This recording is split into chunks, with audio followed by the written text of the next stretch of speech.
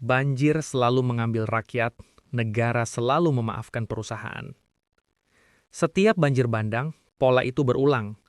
Air datang dari hulu, lumpur merangsak rumah dan jenazah ditemukan berpelukan dengan puing-puing kehidupan.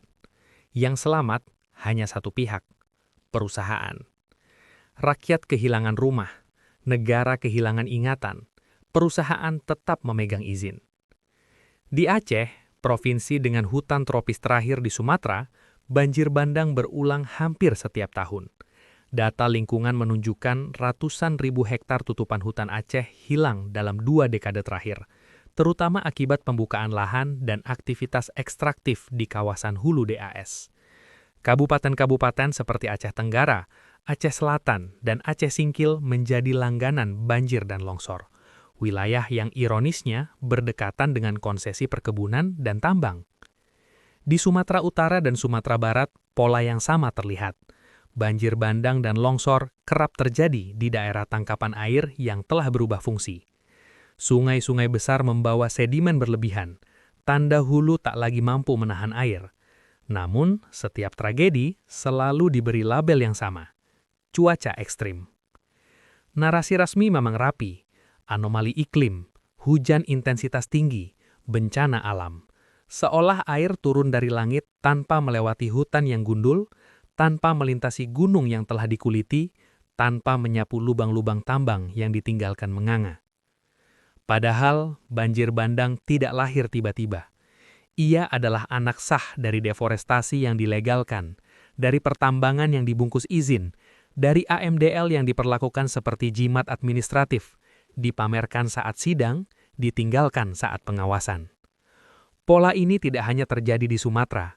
Di Gorontalo, provinsi kecil di Jazirah Sulawesi, banjir dan sedimentasi sungai meningkat tajam dalam beberapa tahun terakhir. Daerah aliran sungai yang dahulu jernih, kini coklat pekat. Aktivitas pertambangan emas, termasuk PETI, disebut berkontribusi pada kerusakan hulu, sementara masyarakat di hilir, petani dan nelayan menjadi korban pertama. Sawah tertimbun lumpur, sungai dangkal, dan banjir datang bahkan saat hujan tak lagi ekstrim. Rakyat selalu berada di hilir. Hilir sungai, hilir kebijakan, hilir keadilan. Mereka menanggung akibat dari keputusan yang tak pernah mereka ambil. Mereka membayar harga dari keuntungan yang tak pernah mereka nikmati. Sementara itu perusahaan beroperasi di hulu kekuasaan. Di sana, air bah berubah menjadi tabel kerugian, bukan jerit kemanusiaan. Bencana dibaca sebagai force majeure, bukan sebagai kejahatan ekologis. Negara pun hadir setengah hati, cepat saat menertibkan penambang kecil, lambat saat menegur konsesi besar, tegas kepada rakyat miskin, lunak kepada pemilik modal.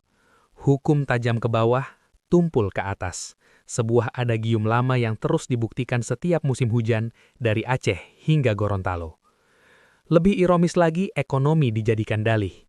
Investasi diangkat sebagai mantra penenang, seolah pertumbuhan hanya bisa dibeli dengan sungai mati dan kampung tenggelam. Seolah nyawa rakyat hanyalah biaya operasional. Kita lupa atau sengaja melupakan bahwa alam bukan musuh. Yang memusuhi kehidupan adalah keserakahan yang diberi stempel sah. Yang membunuh bukan hujan, melainkan kebijakan yang membiarkan hulu dirusak dan hilir dikorbankan. Selama banjir hanya disebut musibah, selama kerusakan tidak disebut kejahatan, selama pelaku tetap disebut investor, maka korban akan selalu datang dari kelas yang sama.